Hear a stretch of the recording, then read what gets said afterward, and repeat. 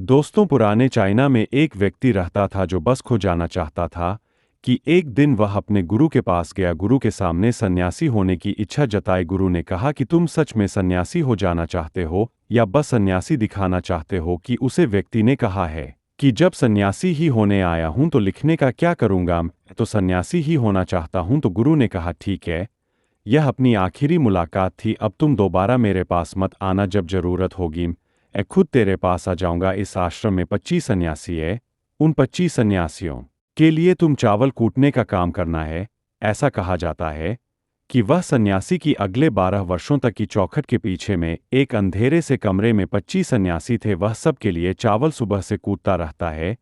आज रात थक जाता, मैं तो सो जाता। 12 वर्ष बीत गई, कोई फिर कभी दोबारा गुरु के पास नहीं गया। उसने भरोसा कर लिया था कि जब गुरु ने कह दिया है कि जरूरत पड़ने पर वह खुद आ जाएंगे तो बात ही खत्म हो गई। शुरुआत में तो उसके मन में कई तरह के विचार चलते रहते, लेकिन जब पूरे दिन के पश्चात अधिक विचार करके भी क्या फायदा है, आधा उसके मन से विचार भी विदा होने लगे कि वह सुबह उठने से लेकर रात को सोने तक चावल गिरता रहता जब गुरु ने ही दिया था। गुरु ने कहा है, 12 वर्षों तक चावल कूटते कूटते उसके मन में विचार आना बंद हो गया। मन एकदम शांत है और खाली हो गया है।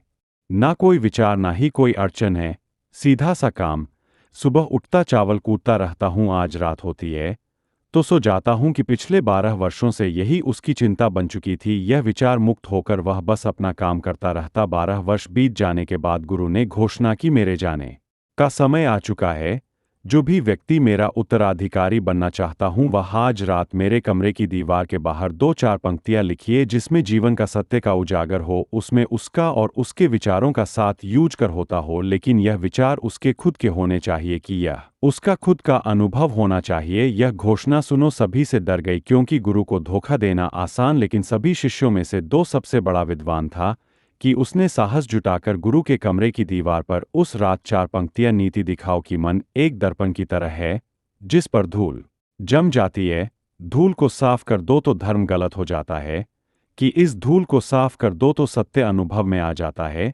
और सुबह गुरु दिखाओ कि उसने देखा तो चिल्लाया, यह किस मूर्ख ने ही मेरे दिमाग खराब कर दी, उसे पकड़कर मेरे पास लो, यहाँ पर लाओ। यहाँ पर वह विद्वान तो लिखकर राशि भाग गया था। मैं बड़ा हुआ था क्योंकि यह पंक्तियां उसकी नहीं थी। उसने एक बड़े शास्त्र से इन पंक्तियों को चोरी किया था।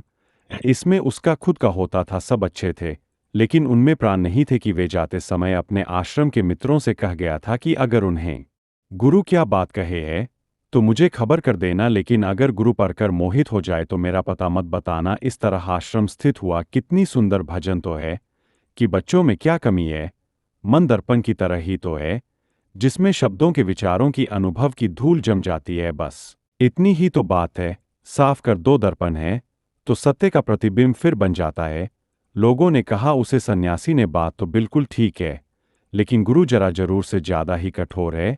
और देखते हैं कि इससे ऊंची बात गुरु कहाँ से लेकर आएंगे। ऐसे ही बातें पूरे आश्रम में चल रही थी। पूरा आश्रम गर्म था इसे बात को लेकर। यह बात करते हुए उसे चावल वाले के पास से जा रही थी। उसने भी उन चारों की बात सुनी और मैं उनकी बात सुनकर हंसने लगा। उनमें से एक ने कहा, तुम हंस रहे हो, बात क्या है? उसने कहा था, गुरु ठीक है तो कह रहे हैं कि समझ लीजिए जश्न। वे चारों सन्यासी चॉकलेट है और फिर भूली हूं पिछले 12 वर्षों से चावल टूट रहा है और हम शास्त्रों पर सर पटक पटक कर मर गए हैं। तो आप बताइएगा कि क्या सही है और क्या गलत? उनमें से एक ने कहा, तो क्या तू लिख सकता है इससे बेहतर कोई वचन? उसने कहा, पिछले 12 वर्षों से चावल कुटते कूटते लिखना तो मैं भूल गया हूं, लेकिन अगर कोई लिख दे तो। लेकिन एक बात याद रखिए, उत्तराधिकारी बनने की मेरी कोई इच्छा नहीं है। अगर इसे लिखने की वजह से मुझे उत्तराधिकारी बदनाम पड़े तो। मैंने कान पकड़े, मुझे लिखवाना भी नहीं आया तो। फिर उन चारों ने कहा, अरे तू बोलो, हम लिख देते हैं। उसने लिखवाया कि लिख दो जाकर। कैसा दर्पण, कैसे धूल? ना कोई दर्पण, ना ढूंढ ढूंढ जो इसे जान देता है।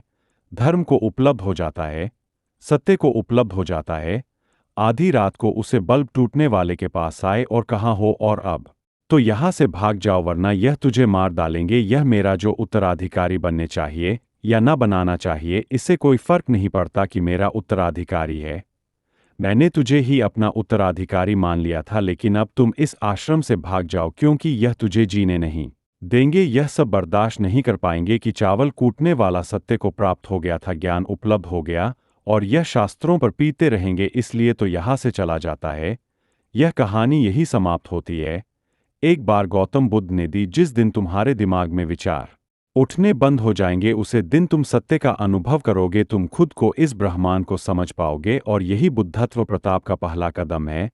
दोस्तों, अगर आप भी अपने विचार और मन को समझने की ओर पहला कदम बढ़ाना चाहते हैं, तो धीरे धीरे आपके मन में विचारों के उठने की तीव्रता कम होती चली जाएगी, और अगर आप इस प्रक्रिया में और गहरे होते चले जाते हैं, तो आप पाएंगे कि आपके मन में विचार उठना ही बंद हो गए और आने वाले भविष्य की चिंता नहीं करते हैं, और अब वर्तमान में जीते हैं, और जो कि अभी इस समय आपके सामने है, आप केवल उसी पर ही अपना ध्यान केंद्रित करते हैं।